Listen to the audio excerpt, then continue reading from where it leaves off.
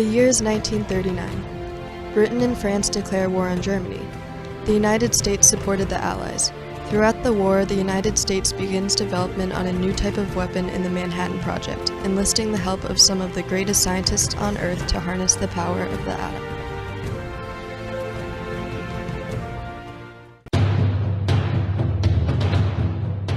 There have been rumors that the German chemists have been developing nuclear weapons to use in the war. If the Germans or other fascist nations develop these weapons, we'll have no chance of winning.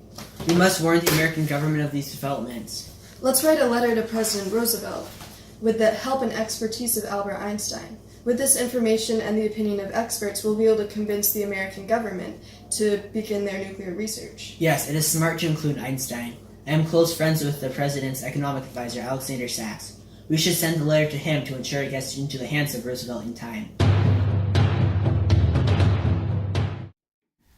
Mr. President, a group of Hungarian scientists have sent this warning letter regarding the beginning of the nuclear weaponry program in Germany. What do these scientists suggest? They suggest informing all governments about these recent developments and to increase our funding in the nuclear weaponry programs. I do not know if these kinds of changes should be made based off speculation. You should trust these scientists as well as me, being your friend and advisor, and start speeding up our research soon. Okay, then we will create the National Defense Committee to research the use of atomic technology for our weaponry.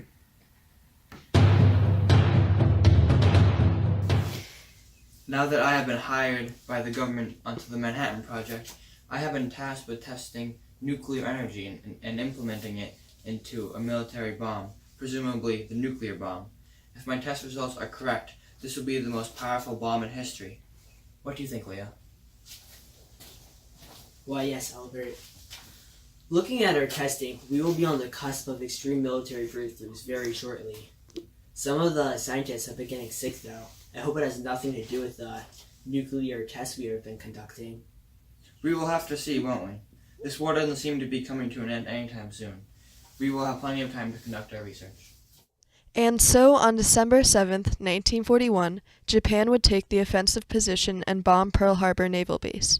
The country was shocked at the destruction caused by the Japanese sneak attack and was forced to retaliate.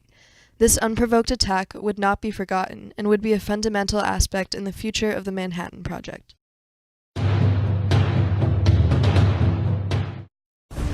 The year is 1945, 4 years since the United States entered the war. Okinawa and Iwo Jima were taken, but with large casualties. The last defense for the United States would be the Japanese mainland. As a last resort, the United States would test the atomic bomb under codename Trinity in Alamogordo, New Mexico. The day has come for our first test of atomic explosives. Under directives from President Truman, we will be conducting our first live fire test, the results of which will determine any further military action. Okay, sir. The bombs are prepared and ready to be detonated.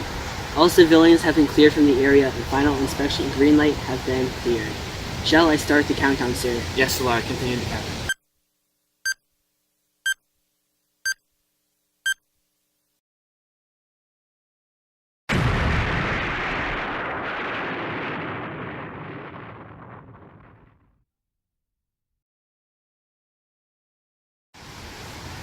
Stand by. Data successfully collected, sir. We will conduct an analysis back at the lab. So far, so good. It appears the blast was a success. I recall the line, "I have become death, destroyer of worlds." Fitting, isn't it? Indeed. Only time will tell if this device will actually be used in combat, though. We will find out shortly, I suppose. And so they did find out. After only one nuclear explosive test, high levels of radiation were measured at ground zero.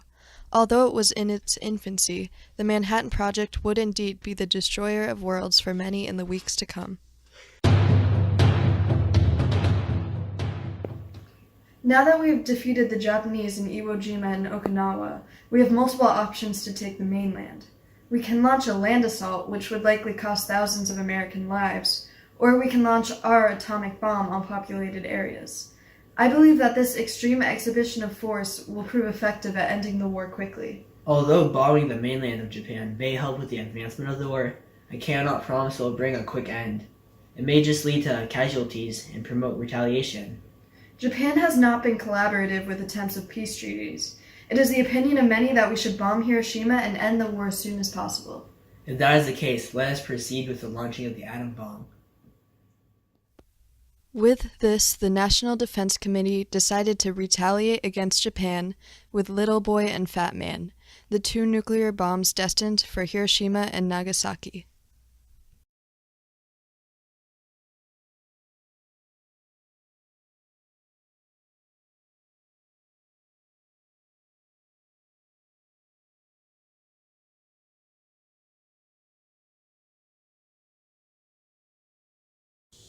"16 hours ago, an American airplane dropped one bomb on Hiroshima. It is an atomic bomb. It is a harnessing of the basic power of the universe. The force from which the sun draws its power has been unleashed against those who brought war to the Far East. The Japanese began the war from the air at Pearl Harbor. They have been repaid many-fold, and the end is not yet. With this bomb, we have now added a new and revolutionary increase in destruction to supplement the growing power of our armed forces.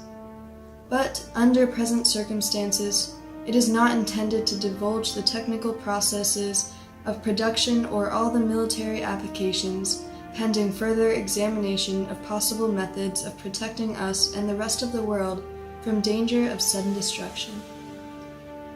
We shall completely destroy Japan's power to make war. We have won, but the greatest marvel is not the size of the enterprise, its secrecy, or its cost, but the achievement of scientific brains in making it work. Less marvelous has been the capacity of industry to design and of labor to operate the machines and methods to do things never done before. Both science and industry work together under the direction of the United States Army, which achieved a unique success in an amazingly short time. It is doubtful if such another combination could be got together in the world. What has been done is the greatest achievement of organized science in history. Atomic power can become a powerful and forceful influence towards the maintenance of world peace.